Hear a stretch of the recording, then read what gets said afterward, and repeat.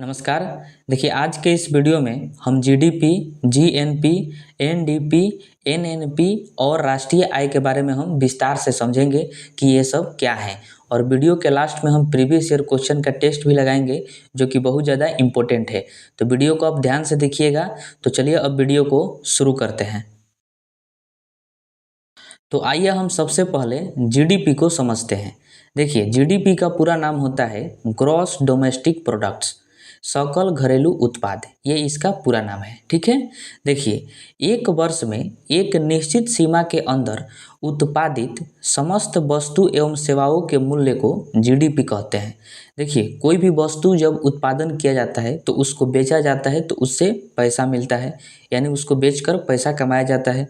उसके बाद कोई सेवा किया जाता है, मतलब जैसे डॉक्टर हो गए, शिक्षक हो गए, ये जो है सेवा के बदले पैसे लेते हैं। तो किसी भी देश में उस देश के सीमा के अंदर एक साल में जो भी वस्तु का उत्पादन होता है, जो भी सेवाएं दिया जाता है, तो उसके बदले जो मूल्य मिलता है उसी को जब जोड़ दिया जाता है एक साल के अंदर का, तो उसको हम लोग जीडीपी के नाम से जानते हैं। ठीक है।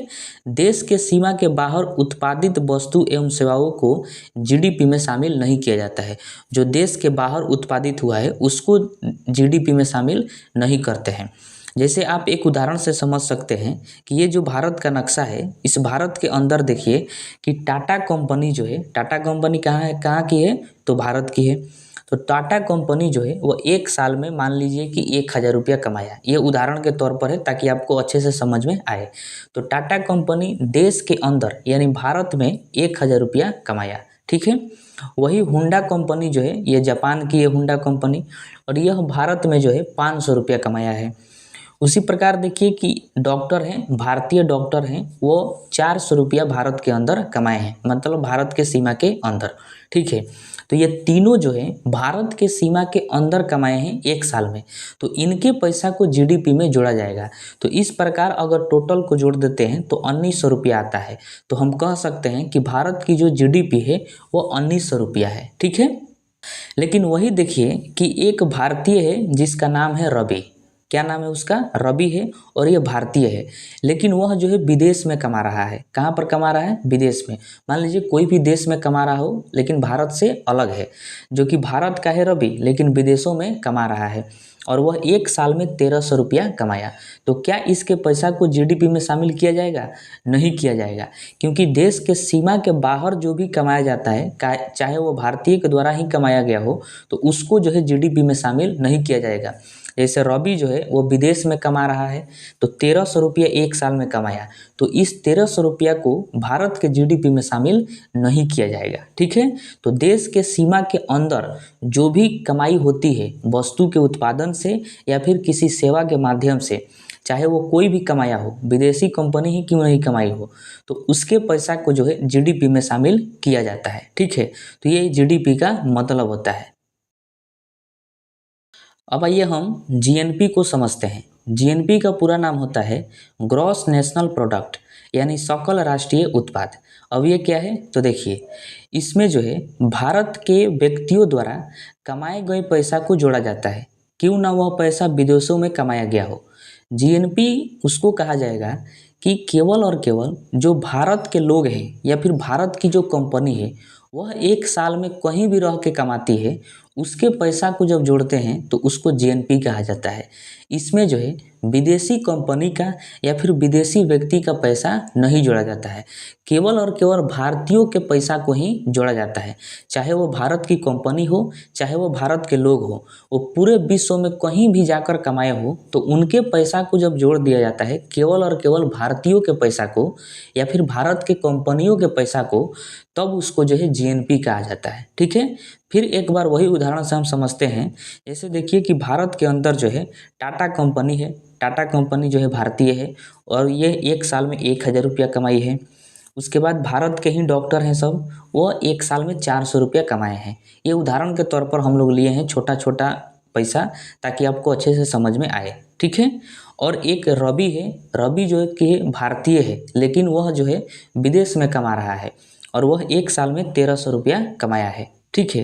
तो जो भी भारतीय हैं, चाहे वो भारत के लोग हों, चाहे वो भारत की कंपनी हो, तो उन्हीं के पैसा को जोड़ा जाएगा तो उसको जीएनपी कहेंगे। तो टाटा कंपनी 1,000 रुपया एक साल में कमाई है। डॉक्टर जो है भारतीय डॉक्टर हैं, भारत के अंदर कमाए हैं 400 रुपया। और रवि जो है भारतीय है लेकिन विदेश में कमाया है 1300 रुपया। तो इन तीनों के पैसा को जोड़ेंगे तो टोटल होगा 2700 रुपया। तो ये 2700 जो है जीएनपी होगा। इसी 2700 को क्या कहेंगे, जीएनपी, क्योंकि ये केवल भारतीयों के पैसा हैं, भारत के कंपनी के पैसा है या फिर भारत के व्यक्ति के पैसा है, केवल और केवल ये भारतीयों का है। तो ये हो गया जीएनपी। ठीक है। होंडा कंपनी जो है ये भारत में कमाई है 500 रुपया, लेकिन होंडा कंपनी के पैसा को नहीं जोड़ा जाएगा। क्यों? क्योंकि ये विदेशी कंपनी है। ठीक है। तो जीएनपी उसी को कहा जाता है केवल और केवल भारत के लोगों द्वारा या फिर भारत के कंपनियों द्वारा कहीं भी रह के जो पैसा कमाया जाता है एक साल में, उसको जोड़ देते हैं तो वो जीएनपी हो जाता है। ठीक है। तो अब आपको ये समझ में आ गया होगा। तो अब आपको जीएनपी जो है बहुत बढ़िया तरीका से समझ में आ गया कि केवल भारतीयों के पैसा को जोड़ दिया जाता है तो वही जो है जीएनपी कहलाता है। लेकिन जीएनपी का देखिए एक सटीक फार्मूला भी होता है जिस पर रख देने से जीएनपी पता चल जाता है। और इसको जो है ध्यान में रखिएगा क्योंकि ये एग्जाम में पूछा गया है और आगे भी ये पूछे जाने की संभावना है, तो बहुत ज़्यादा ये इम्पोर्टेंट है। तो देखिए फार्मूला जो है जीएनपी बराबर GDP plus X minus Y होता है। तो आपको जो है इस फार्मूला में जीडीपी तो पता है कि जीडीपी के स्थान पर हम जीडीपी रख देंगे, लेकिन एक्स माइनस वाई क्या है? तो देखिए एक्स जो है भारतीयों द्वारा विदेश में अर्जित आय है, मतलब भारतीयों का ये रुपया है जो विदेश में कमाया गया है। क्योंकि बहुत सारे भारतीय हैं, भारतीय लोग हैं और भारतीय कंपनी है जो विदेशों में जाती है कमाने के लिए, व्यापार करने के लिए, तो कमा कर लाती है भारत में, तो वही एक्स है।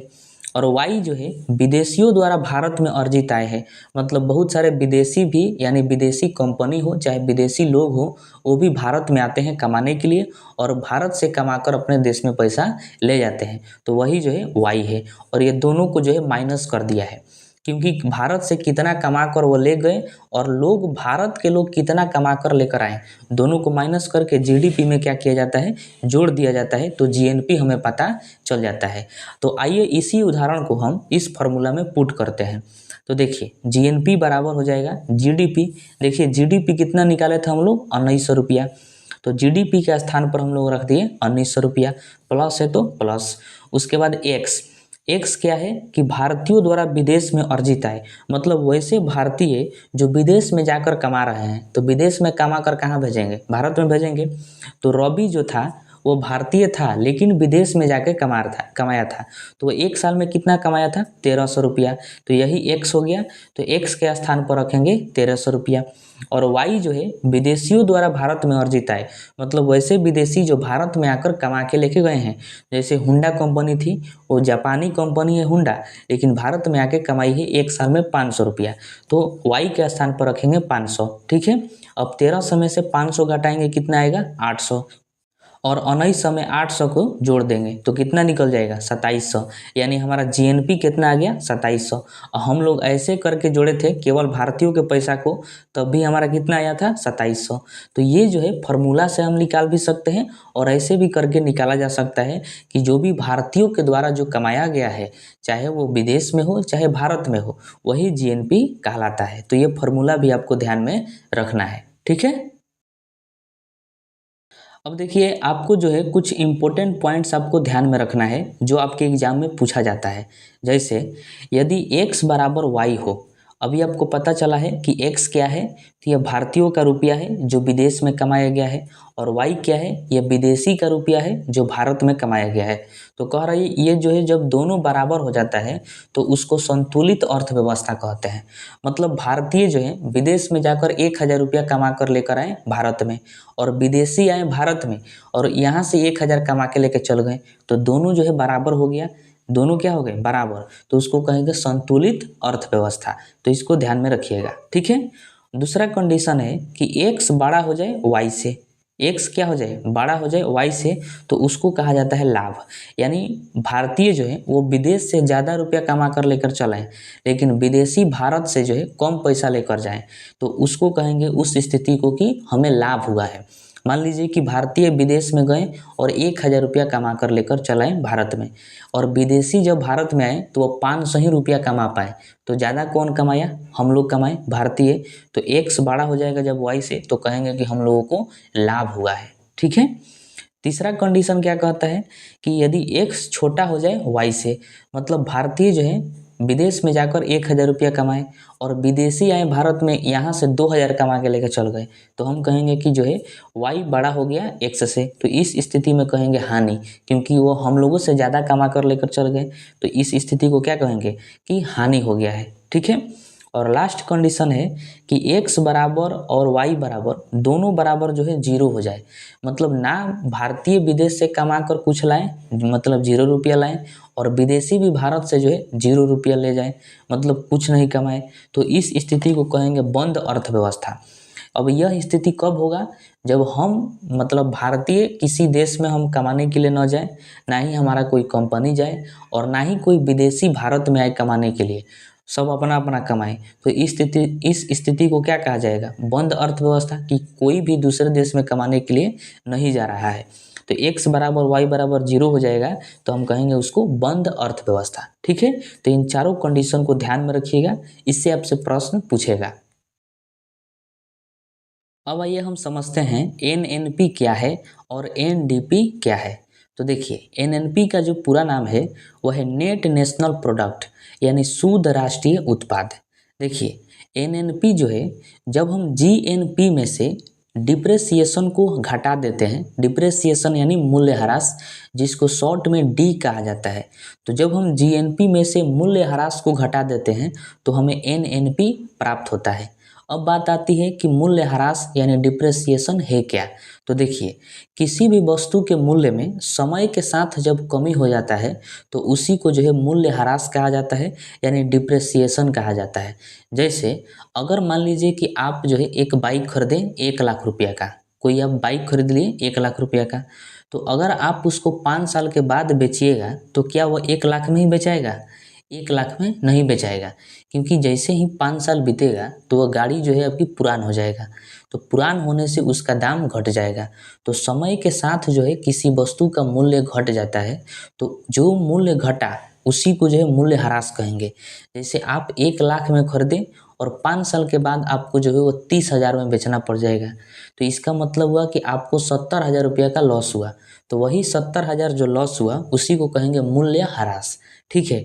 तो जब हम GNP में से मूल्यह्रास को यानी डिप्रेसिएशन को घटा देते हैं तो हमें NNP प्राप्त होता है, और NNP जो है ये सबसे शुद्ध पैसा होता है किसी भी देश का। ठीक है। और उसी तरह देखा जाए तो जब GDP में से हम डिप्रेसिएशन को घटाते हैं तो हमें NDP प्राप्त होता है। GDP आप पढ़ें तो जब GDP में से मूल्यह्रास को घटाते हैं तो हमें NDP प्राप्त होता है, और जब GNP में से मूल्यह्रास को घटाते हैं तो NNP प्राप्त होता है। तो यही आपसे प्रश्न पूछेगा। ठीक है। तो इसको ध्यान में रखिएगा। देखिए आपको एक पॉइंट समझना बहुत ज़रूरी है ताकि आप आगे के चीज़ों को अच्छे से समझ सकें। देखिए किसी भी वस्तु का जो है 2 मूल्य होता है। कितना मूल्य होता है, तो 2 मूल्य। एक कहा जाता है प्राइज, प्राइज को ही आप फैक्टर कॉस्ट कह सकते हैं।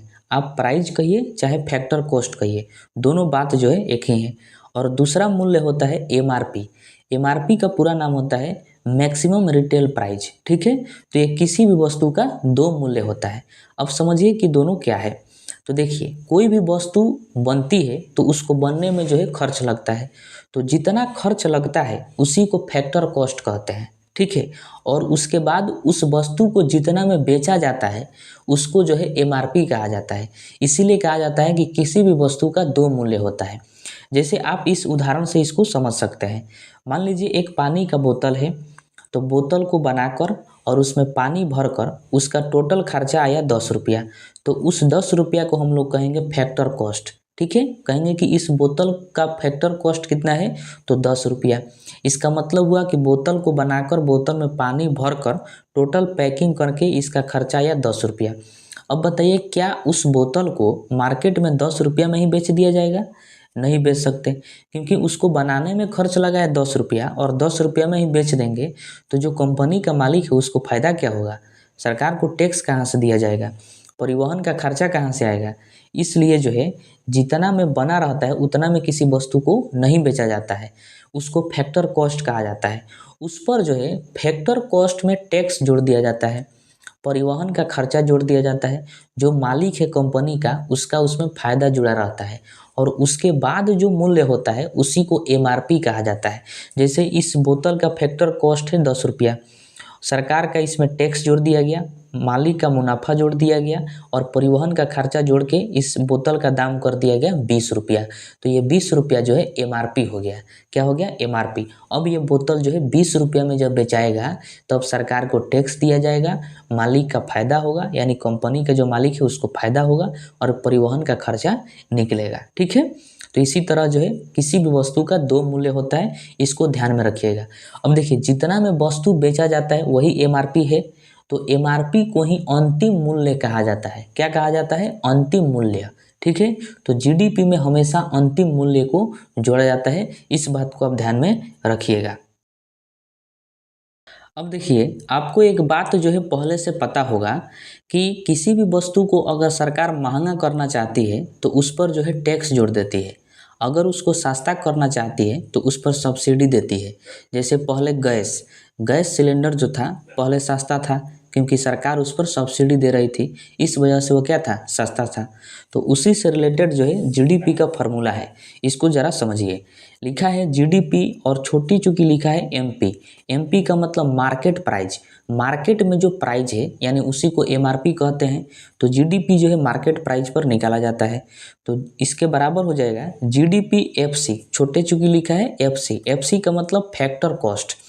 तो जीडीपी फैक्टर कॉस्ट, यानी फैक्टर कॉस्ट में जो है टैक्स को जोड़ देते हैं तो हमें जीडीपी पता चल जाता है, या फिर अगर सब्सिडी सरकार दी है तो सब्सिडी को घटा देते हैं तो हमें जीडीपी पता चल जाता है। तो इस फार्मूला को आप ध्यान में रखिएगा, यह जीडीपी मार्केट प्राइस पर निकाला जाता है। ठीक है, अब आइए हम समझते हैं सबसे इम्पोर्टेंट टॉपिक, राष्ट्रीय आय, जिसको नेशनल इनकम के नाम से जाना जाता है। ये बहुत ज़्यादा इम्पोर्टेंट है, लेकिन जल्दी किसी को समझ में नहीं आता है। तो देखिए ध्यान से इसको, किसी भी देश में एक वर्ष में वस्तुओं एवं सेवाओं के अंतिम मूल्य के योग को उस देश का राष्ट्रीय आय कहते हैं। सबसे पहले आपको ये समझना है कि राष्ट्रीय आय जो है वो किसी भी देश में एक वर्ष पर निकाला जाता है। कितने वर्ष पर? तो एक वर्ष पर।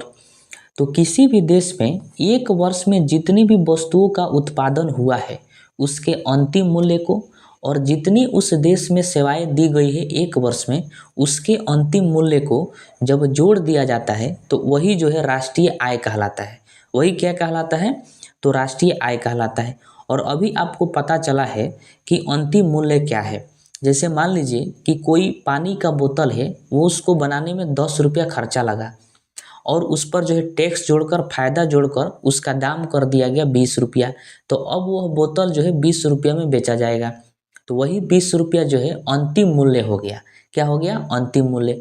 तो जब राष्ट्रीय आय की गणना की जाएगी तो उस बोतल का दाम जो है 10 रुपया नहीं लिया जाएगा, क्योंकि 10 रुपया तो फैक्टर कॉस्ट है, उसको बनाने में खर्च लगा है। हम 20 रुपया लेंगे, जो उसका अंतिम मूल्य है वही जोड़ दिया जाएगा राष्ट्रीय आय में। ठीक है, तो उसी प्रकार सेवाओं का भी जो अंतिम मूल्य होता है उसी को जोड़ दिया जाता है, तो राष्ट्रीय आय पता चल जाता है। ठीक है, देखिए इसमें जो है विदेशों से अर्जित आय को भी शामिल करते हैं।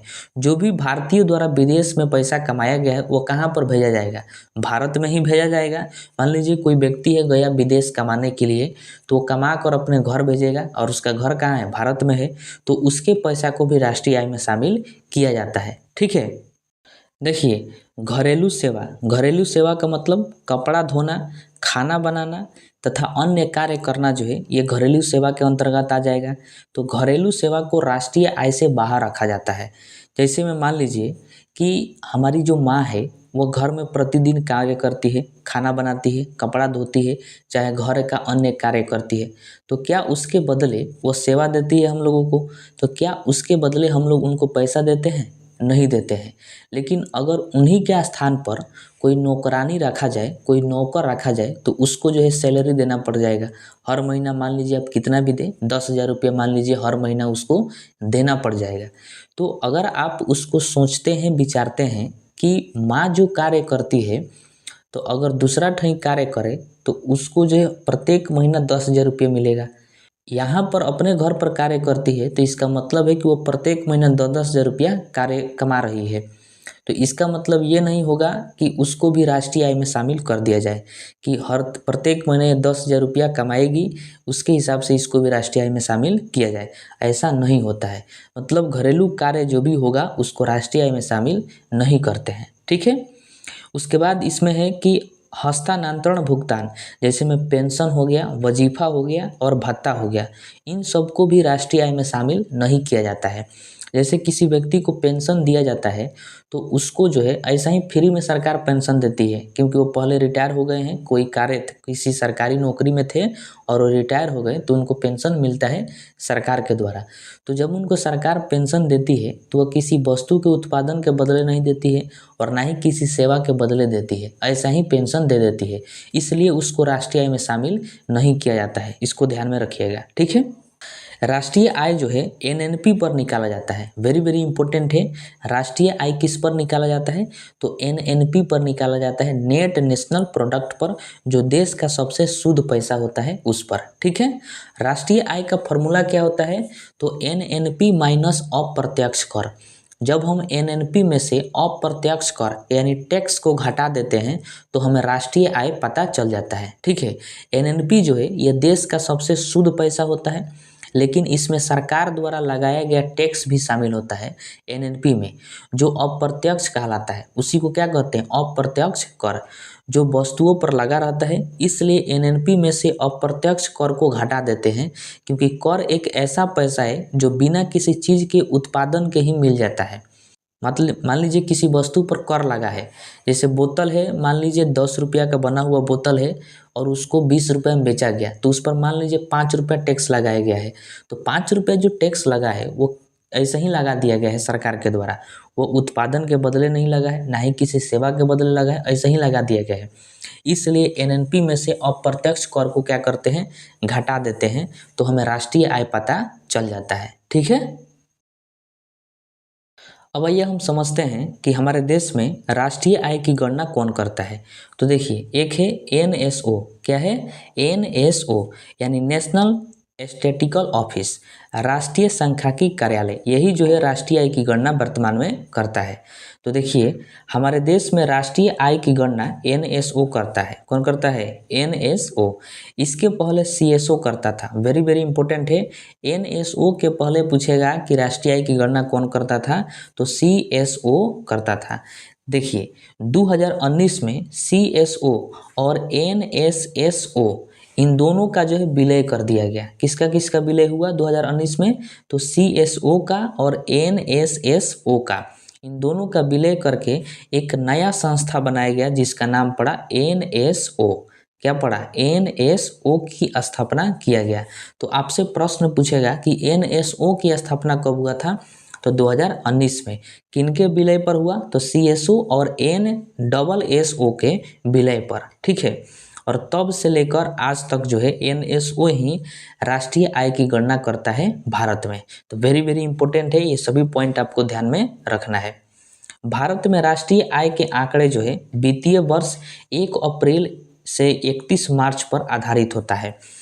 हमारे देश का जो है वित्तीय वर्ष क्या है, तो 1 अप्रैल से लेकर 31 मार्च तक है, और इसी पर जो है राष्ट्रीय आय के आंकड़े आधारित होते हैं, ध्यान रखना है आपको। राष्ट्रीय आय की आंकड़ा के लिए प्राथमिक, द्वितीयक एवं तृतीयक क्षेत्र को शामिल किया जाता है। इसके पहले वाले वीडियो में हम लोग प्राथमिक क्षेत्र, द्वितीयक क्षेत्र और तृतीयक क्षेत्र को अच्छे से समझे हैं, उसको आप देख सकते हैं। तो वह जो है राष्ट्रीय आय के आंकड़ा के लिए इन्हीं सभी क्षेत्रों को शामिल किया जाता है, ठीक है। तो अब आइए हम समझते हैं कि राष्ट्रीय आय कैसे निकाला जाता है। तो देखिए, राष्ट्रीय आय जो है वो 2 तरह के कीमतों पर निकाला जाता है। पहला है चालू कीमत पर राष्ट्रीय आय और दूसरा है स्थिर कीमत पर राष्ट्रीय आय। तो अब आइए हम दोनों को एक एक करके समझते हैं।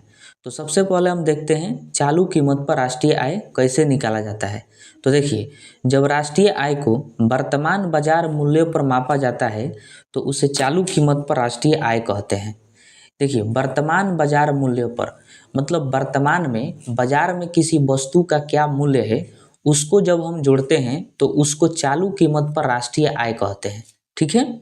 जैसे कि मान लीजिए कि वर्तमान में बाजार में आलू का मूल्य अभी कितना है, तो हम कह सकते हैं कि 20 रुपया केजी है। तो उसको जब हम जोड़ेंगे राष्ट्रीय आय में तो उसको कहेंगे चालू कीमत पर राष्ट्रीय आय, क्योंकि वर्तमान मूल्य को हम लोग जोड़ रहे हैं। तो किसी भी वस्तु के जो बाजार में वर्तमान में मूल्य है उसको जोड़ा जाता है तो उसको कहा जाता है चालू कीमत पर राष्ट्रीय आय। ठीक है, देखिए इसका दिक्कत ये है कि इससे जो है सटीक आंकड़ा नहीं निकल पाता है, क्योंकि जो भी वर्तमान में मूल्य है किसी भी वस्तु का तो वह आगे चल के घट भी सकता है और बढ़ भी सकता है। जैसे मान लीजिए कि आलू अभी वर्तमान में हम कह सकते हैं कि 20 रुपये केजी है, तो आगे चल के हो सकता है 10 रुपये केजी हो जाए, या फिर हो सकता है 40 रुपये केजी हो जाए, मतलब बढ़ भी सकता है और घट भी सकता है। इसलिए जो है चालू कीमत पर जब राष्ट्रीय आय निकालते हैं तो आंकड़ा सटीक नहीं निकल पाता है, क्योंकि अभी निकालेंगे तो राष्ट्रीय आय कुछ और होगा और 2-3 महीना के बाद निकालेंगे तो राष्ट्रीय आय कुछ और होगा। ठीक है, इसलिए चालू कीमत पर राष्ट्रीय आय सटीक नहीं होता है, तो इसको ध्यान में रखिएगा। ठीक है, उसके बाद हम देखते हैं स्थिर कीमत पर राष्ट्रीय आय। तो देखिए जब राष्ट्रीय आय की गणना बीते हुए वर्ष को आधार मानकर की जाती है तो उसे स्थिर कीमत पर राष्ट्रीय आय कहते हैं। देखिए बहुत ज़्यादा इम्पोर्टेंट है, इसको ध्यान में रखिएगा। इसके नाम से ही आपको क्लियर हो जाएगा, इसमें लिखा हुआ है स्थिर कीमत पर राष्ट्रीय आय, मतलब कीमत जो है स्थिर हो गया है यानी रुक गया है। अब बताइए किसी भी वस्तु का कीमत कब रुकेगा? वर्तमान में तो किसी भी वस्तु का कीमत नहीं रुकेगा, हो सकता है घटेगा नहीं तो बढ़ेगा, लेकिन जो वर्ष बीत गया है, जो साल बीत गया है, उसमें वस्तु का कीमत जो है स्थिर है। जैसे भारत में आधार वर्ष जो है 2011 और 12 माना जाता है। ठीक है, इसको ध्यान में रखिएगा कि भारत में आधार वर्ष क्या है, तो 2011 और 12 है। तो 2011 और 12 में किसी भी वस्तु का जो मूल्य था उस समय, तो वह मूल्य जो है स्थिर मूल्य है, क्योंकि वह साल जो है 2011 और 12 बीत चुका है। लेकिन वर्तमान में किसी भी वस्तु का मूल्य स्थिर नहीं है। जैसे आलू का ही ले लीजिए, आलू 20 रुपये केजी है, तो हो सकता है आगे चल के इसका दाम बढ़ जाए या फिर घट जाए, लेकिन 2011 में जो आलू का दाम था वह तो स्थिर है, वह ना बढ़ेगा अब और ना ही घटेगा, तो उसी को कहते हैं स्थिर कीमत। तो स्थिर कीमत पर जब हम राष्ट्रीय आय निकालते हैं तो उसी को कहते हैं स्थिर कीमत पर राष्ट्रीय आय। ठीक है, स्थिर कीमत पर राष्ट्रीय आय निकालने से ये फायदा होता है कि हमें राष्ट्रीय आय की सटीक जानकारी मिलती है। लेकिन ध्यान रखना है आपको इसमें एक बात, कि स्थिर कीमत पर जब भी हम राष्ट्रीय आय निकालते हैं तो जितना उत्पादन हुआ है यानी जो क्वांटिटी है वह वर्तमान लिया जाता है, और मूल्य जो लिया जाता है वह आधार वर्ष का लिया जाता है। जैसे मान लीजिए कि पूरे भारत में 100 केजी आलू का उत्पादन हुआ 2025 में, तो 100 केजी उत्पादन हुआ जो 25 में, तो क्वांटिटी 100 केजी लेंगे, लेकिन जो मूल्य है 2025 का नहीं लेंगे, 2011 का मूल्य हम लेंगे। ठीक है, तो आइए इसको उदाहरण से एक समझते हैं, जिससे आपको अच्छी तरीक़े से दोनों जो है समझ में आ जाएगा। तो देखिए हम दोनों पर भी राष्ट्रीय आय निकालेंगे, चालू कीमत पर भी राष्ट्रीय आय और स्थिर कीमत पर भी राष्ट्रीय आय। सबसे पहले हम देख लेते हैं चालू कीमत पर राष्ट्रीय आय। तो आपको पता है कि चालू कीमत पर राष्ट्रीय आय जो है वर्तमान मूल्यों पर निकाला जाता है। तो अभी जो है 2025 चल रहा है, तो मान लीजिए कि 2025 में आलू का कीमत जो है 1 केजी का 40 रुपया है। कितना रुपया है? 40 रुपया। और एक वकील हैं, उनका फीस है 500 रुपया। जब वो एक केस लड़ेंगे तो 500 रुपया उनका फीस है। ठीक है, तो मान लीजिए कि आलू जो है 10 केजी बेचा गया। कितना केजी आलू बेचा गया? 10 केजी। तो 40 रुपये के हिसाब से कितना रुपया हो गया? 400 रुपया हो गया 2025 में। ठीक उसी प्रकार वकील जो है एक केस को 500 रुपये लेते हैं, तो वो 10 केस लड़ें तो कितना रुपया वो कमाए? 5000 रुपया। इन दोनों को जोड़ देंगे तो हमारा राष्ट्रीय आय कितना निकलेगा? 5400 रुपया। तो ये जो 5400 रुपया राष्ट्रीय आय निकला है, ये चालू कीमत पर राष्ट्रीय आय है, क्योंकि हमने जो है वर्तमान मूल्यों को लिया है। आलू का कीमत वर्तमान में यानी 2025 में 40 रुपया है और वकील का फीस 500 रुपया है, तो राष्ट्रीय आय हमारा आया 5400 रुपया। तो क्या ज़रा आप सोच के बताइए कि क्या यह राष्ट्रीय आय घटेगा और बढ़ेगा कि नहीं? जाहिर से बात है कि घट भी सकता है और बढ़ भी सकता है, क्योंकि हमने जो है वर्तमान मूल्यों को लिया है जो 2025 में है। तो हो सकता है कि 2025 के अंत आते आते आलू की कीमत 40 रुपया से हो जाए 20 रुपया, दाम घट जाए और वकील का फीस 500 रुपया से हो जाए 1000 रुपया, तो राष्ट्रीय आय भी बढ़ भी सकता है और घट भी सकता है। इसलिए चालू कीमत पर जो है राष्ट्रीय आय का आंकड़ा सटीक नहीं निकलता है। तो ये जो है आपको उदाहरण से समझ में आ गया होगा। अब इसी को जो है हम स्थिर कीमत पर राष्ट्रीय आय निकाल के दिखाते हैं। तो देखिए, हमारे देश में वित्तीय आधार वर्ष जो है 2011-12 को माना जाता है। तो मान लीजिए कि 2011-12 में आलू का कीमत जो है 20 रुपया था, तो 10 केजी बेचा गया तो उसके हिसाब से हो गया 200 रुपया। कितना रुपया हो गया? 200 रुपया। देखिए, मैंने आपको पहले ही बता दिया था कि क्वांटिटी जो है वो वर्तमान का लिया जाता है और मूल्य जो है आधार वर्ष का लिया जाता है। जैसे इसमें देखिए कि आलू का कीमत 20 रुपया हम लोग जो है आधार वर्ष का लिए हैं, लेकिन क्वांटिटी जो 10 केजी है वो वर्तमान का लिए हैं कि 2025 में 10 केजी बेचा गया है आलू। ठीक है, तो क्वांटिटी वर्तमान का लेते हैं और मूल्य जो है वो आधार वर्ष का हमेशा लिया जाता है। इस पॉइंट को आप ध्यान में रखिएगा। ठीक है, तो आलू का कीमत उस समय 2011-12 में 20 रुपया था और 2025 में 10 केजी बेचा गया, तो उसके हिसाब से कितना रुपया हो गया? 200 रुपया हो गया। वही वकील का फीस जो है 2011-12 में मान लेते हैं 300 रुपया था और वकील जो है वर्तमान 2025 में 10 केस लड़ा है, तो कितना रुपया उसका हो गया? तो 3000 रुपया हो गया। ठीक है, इन दोनों को जब जोड़ देते हैं तो आता है 3200। तो हम कहेंगे कि राष्ट्रीय आय जो है वो 3200 रुपया निकला। कितना आया? 3200 रुपया। और यही जो है सटीक राष्ट्रीय आय है 2025 का। ठीक है, तो स्थिर कीमत पर जो है राष्ट्रीय आय सटीक निकलता है, क्योंकि कीमत स्थिर हो गया है। आधार वर्ष का कीमत लिए हैं, ना ये कभी घटेगा और ना ही ये कभी बढ़ेगा। तो स्थिर कीमत पर राष्ट्रीय आय सटीक निकलता है और चालू कीमत पर राष्ट्रीय आय सटीक नहीं निकलता है। आशा करता हूँ कि ये पॉइंट जो है आपको बिल्कुल 100% समझ में आया होगा। अब आइए हम आगे समझते हैं। अब हम समझते हैं कि राष्ट्रीय आय ज्ञात करने की कितनी विधियां हैं। तो ध्यान रखिएगा कि राष्ट्रीय आय ज्ञात करने की कुल 3 विधियां हैं। पहला है उत्पादन विधि, दूसरा है आय विधि और तीसरा है व्यय विधि। अब आइए हम तीनों को एक एक करके पढ़ते हैं। सबसे पहले हम देखते हैं उत्पादन विधि। इम्पोर्टेंट है, ध्यान रखिएगा कि इस विधि में किसी भी देश में एक वर्ष में उत्पादित वस्तु एवं सेवाओं के अंतिम मूल्य को जोड़ा जाता है। आपको ये तो पहले से ही पता है कि अंतिम मूल्य को ही जोड़ेंगे तब जाकर राष्ट्रीय आय निकलेगा। तो उत्पादन विधि यह कहता है कि किसी भी देश में एक साल में जितनी भी वस्तु और सेवाओं का उत्पादन हुआ है उसके मूल्य को जब हम जोड़ देते हैं तो उसी को उत्पादन विधि द्वारा राष्ट्रीय आय ज्ञात करना कहलाता है। यानी साल भर में जितने वस्तु उत्पादित हुआ है और जितने सेवाएं दी गई है, जैसे डॉक्टर हो गए, मास्टर साहब हो गए, इंजीनियर हो गए, सरकारी कर्मचारी हो गए, ये सब जो है सेवा के बदले पैसा लेते हैं। तो इन्हीं के मूल्य को जब हम जोड़ देते हैं या फिर कोई वस्तु साल भर में जितनी उत्पादित हुई है तो उसको बेचा भी गया होगा किसी न किसी मूल्य पर, तो उन सभी मूल्यों को जब हम जोड़ देते हैं तो उसी को उत्पादन विधि द्वारा राष्ट्रीय आय ज्ञात करना कहते हैं। ठीक है, तो ये आपको समझ में आ गया। उसके बाद है आय विधि। तो देखिए, इस विधि में देश के सभी क्षेत्रों में उत्पादित वस्तुओं के मूल्यों को जोड़ा जाता है। मतलब किसी भी क्षेत्र में वस्तु का उत्पादन हुआ है चाहे कैसे भी, तो उसके मूल्य को जब हम जोड़ देते हैं तो उसको आय विधि कहते हैं। आय का मतलब होता है पैसा। जैसे देखिए, कोई मजदूर है तो जब वो मजदूरी करता है तो उसको पैसा मिलता है, तो उसके पैसा को जोड़ दिया जाएगा। कोई व्यक्ति है, वो मकान बनाया है किसी शहर में और उसको भाड़े पर दे दिया है, किराए पर दे दिया है, तो उसको किराया मिलेगा कि नहीं मिलेगा? हर महीना मिलेगा, तो उसके किराए को जो है राष्ट्रीय आय में जोड़ देंगे। ठीक है, तो उसको हम आय विधि कहेंगे। कोई व्यक्ति पैसा दिया है, किसी को कर्जा दिया है, तो उसको जो है उस कर्जा से उसको ब्याज मिलेगा, तो उस ब्याज को भी जोड़ दिया जाता है। कोई किसी में पैसा इन्वेस्ट किया है तो उसको लाभ प्राप्त हो गया, तो उस लाभ को भी जोड़ दिया जाएगा।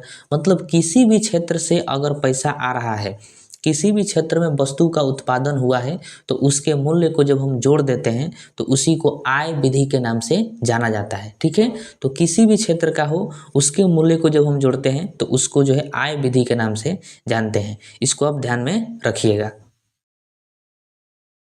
अब हम समझते हैं सबसे लास्ट व्यय विधि। तो देखिए, इस विधि में एक वर्ष में किसी देश में वस्तु एवं सेवाओं के उत्पादन में हुए खर्च के मूल्य को जोड़ा जाता है तो उसको व्यय विधि कहते हैं। देखिए व्यय नाम से ही क्लियर है, व्यय का मतलब होता है खर्च करना। तो देखिए जब भी हम किसी वस्तु का उत्पादन करना प्रारंभ करते हैं तो उससे पहले हमको उसमें जो है खर्च करना पड़ता है। जैसे मान लीजिए कि हम बिस्कुट का उत्पादन करना चाहते हैं यानी बिस्कुट बनाना चाहते हैं, तो बिस्कुट बनाने से पहले हमें मशीन लगाना पड़ेगा, क्योंकि बिस्कुट हम हाथ से नहीं बना सकते। तो मशीन लाएंगे हम, तो मशीन में खर्चा करना पड़ेगा, उसको लाने में पैसा लगेगा, खरीदने में उसको। तो उसी खर्च को जब हम जोड़ देते हैं तो व्यय विधि कहलाता है। आपको पता है कि सेवा के बदले जो है पैसा लिया जाता है। तो जब हम सेवा करने जाएंगे, मान लीजिए कोई डॉक्टर हैं तो वो सेवा करेंगे, तो उनको सेवा करने से पहले जो है खुद खर्च करना पड़ेगा। उनको बहुत बड़ा हॉस्पिटल बनवाना पड़ेगा, उसमें फैसिलिटी रखना पड़ेगा। तो हॉस्पिटल बनवाने में, फैसिलिटी रखने में उनको खर्च आएगा। उसी खर्च को जब हम जोड़ देंगे तो वह व्यय विधि कहलाता है। तो जितने तरह का खर्च होता है, जब खर्च को जोड़ दिया जाता है किसी भी वस्तु के उत्पादन में चाहे सेवा के उत्पादन में, तो उसी खर्च को जो है व्यय विधि द्वारा राष्ट्रीय आय निकलना कहलाता है। ठीक है, जैसे समझिए इसको कि इन्वेस्ट करते हैं हम किसी चीज़ में यानी निवेश करते हैं, तो उसी को जो है व्यय विधि कहा जाएगा। सरकारी काम में किया गया खर्च, खर्च को जब हम जोड़ देते हैं तो व्यय विधि कहलाता है। एक्सपोर्ट एवं इंपोर्ट में मतलब किसी सामान को चढ़ाने में खर्च आया, फिर उस सामान को उतारने में जो खर्च आया तो उसको जो है जोड़ देते हैं तो व्यय विधि कहलाता है।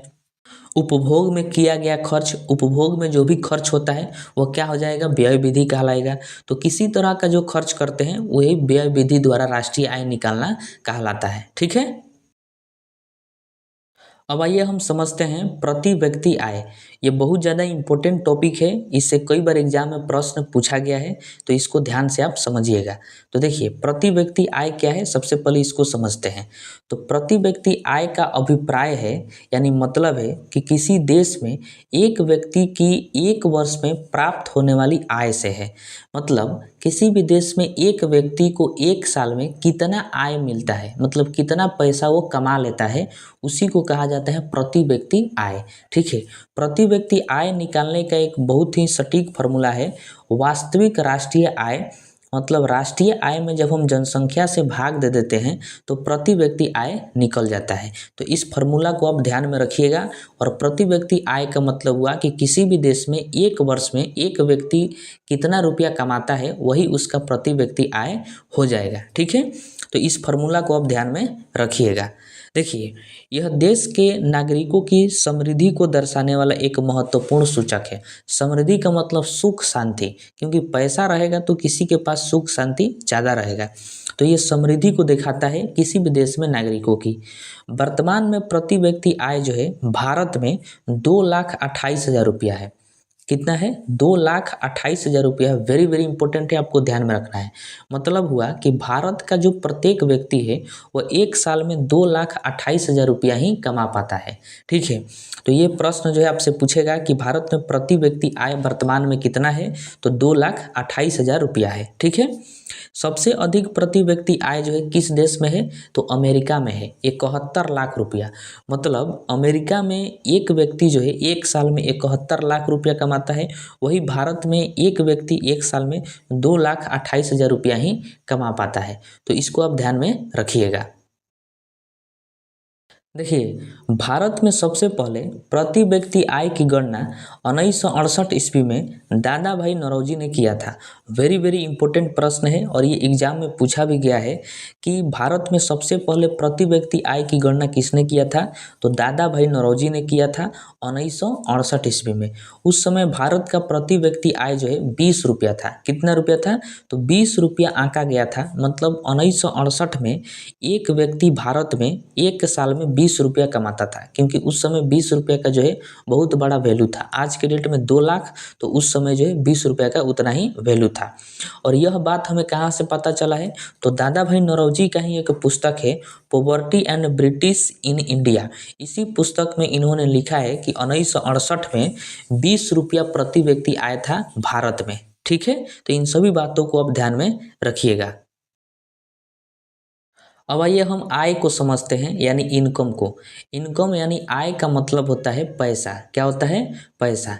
और यह जो है तीन तरह का होता है। एक होता है मौद्रिक आय, प्रयोज्य आय और वास्तविक आय। आइए हम तीनों को एक ही स्लाइड में समझते हैं। देखिए, मौद्रिक आय जो है किसी मेहनत के बदले मिले पैसे को मौद्रिक आय कहते हैं। जैसे आप कोई कार्य करते हैं, मेहनत करते हैं, तो उसके बदले जो है आपको पैसा मिलता है, तो उसी को कहते हैं मौद्रिक आय। ठीक है। उसके बाद होता है प्रयोज्य आय। जब मौद्रिक आय में से टैक्स को घटा देते हैं तो उसे प्रयोज्य आय कहते हैं।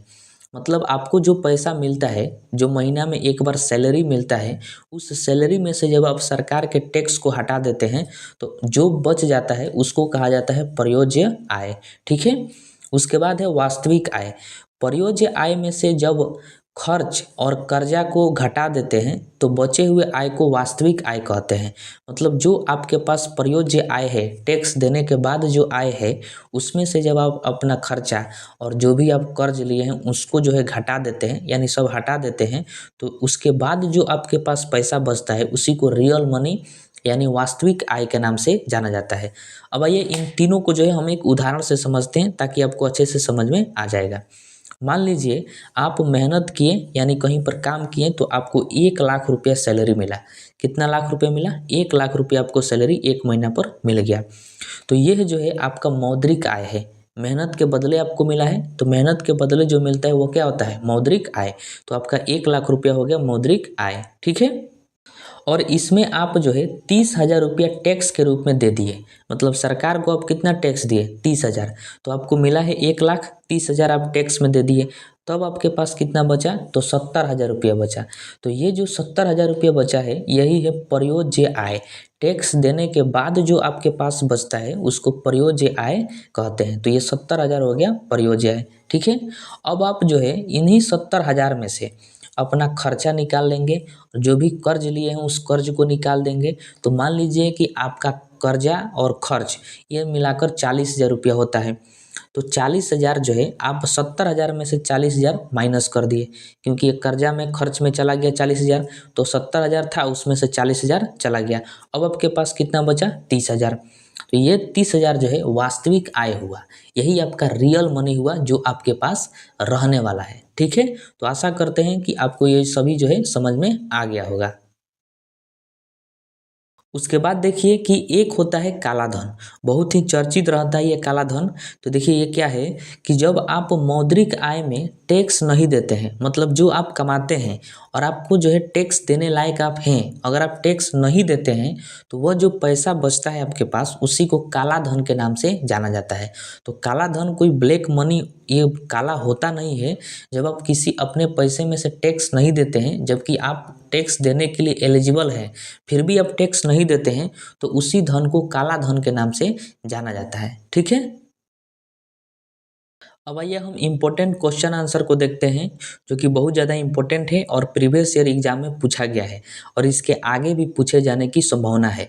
तो आप पूरे जो है थ्योरी पढ़ लिए हैं, तो अब आप जो है इसमें सही करने का प्रयास करिएगा कि आपसे कितना जो है सही हो रहा है। तो देखिए पहला प्रश्न है कि निम्नलिखित में कौन सा भारत के घरेलू उत्पाद में सर्वाधिक अंशदान करता है? मतलब घरेलू उत्पाद में सर्वाधिक योगदान देता है। तो इसका राइट आंसर हो जाएगा ऑप्शन नंबर डी। मैंने आपको शुरू में ही बताया था कि जो सेवा क्षेत्र होता है वो जीडीपी में सर्वाधिक योगदान देता है। ठीक है। 56% योगदान देता है।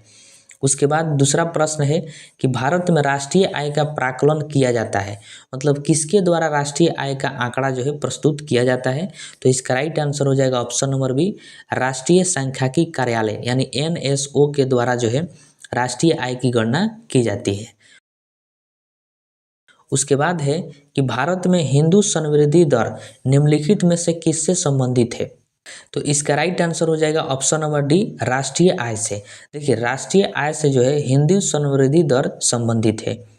उसके बाद है कि बंद अर्थव्यवस्था से आप क्या समझते हैं? बताइए कि आप बंद अर्थव्यवस्था से क्या समझते हैं। बहुत इजी प्रश्न है।